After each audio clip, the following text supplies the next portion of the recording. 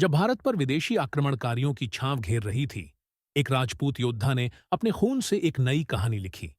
बप्पा रावल, एक ऐसा नाम जो मेवाड़ की स्वतंत्रता के लिए लड़ा, चाहे वह गजनवी हो, फारसी आक्रमणकारी हो या अफगान। क्या था वह संघर्ष और कैसे उसने अपने राज्य को बचाया?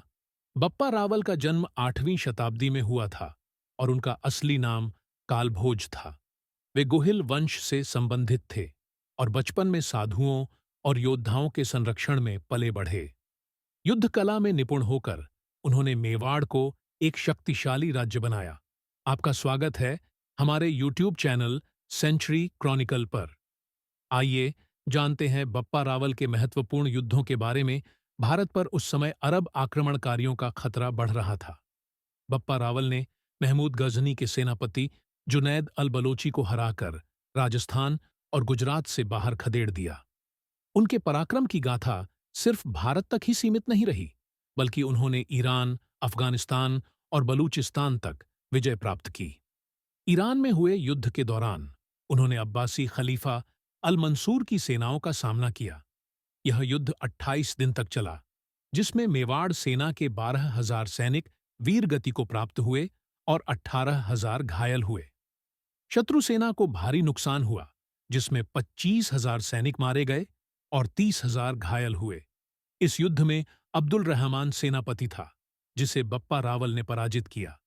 इसके बाद उन्होंने अफगानिस्तान के तुर्क शाह और बल्ख के इस्लामिक गवर्नर के साथ युद्ध किया। गजनी और कंधार के किलों पर अधिकार स्थापित किया गया।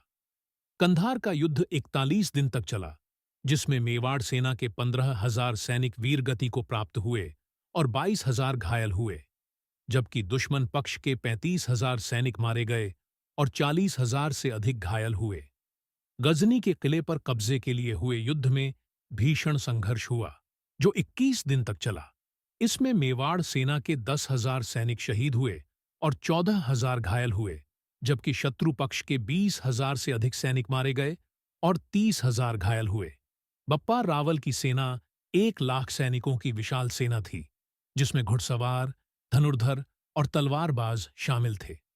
उनकी युद्ध नीतियों में गुरिल्ला युद्ध नीति, घेराबंदी तकनीक और तेज आक्रमण एवं वापसी की रणनीतियां शामिल थीं। उनकी इन रणनीतियों ने उन्हें अपराजेय योद्धा बना दिया। उन्होंने न केवल युद्धों में विजय प्राप्त की, बल्कि अपने शासनकाल में न्याय, धर्म और संस्कृति को भी बढ़ावा दिया।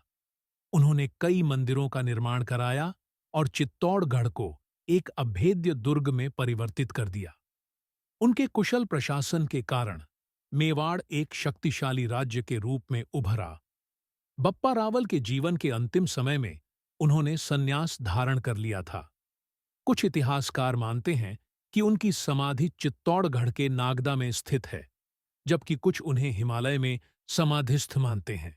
उनके शौर्य की गाथाएं सदियों तक लोगों को प्रेरित करती रहेंगी।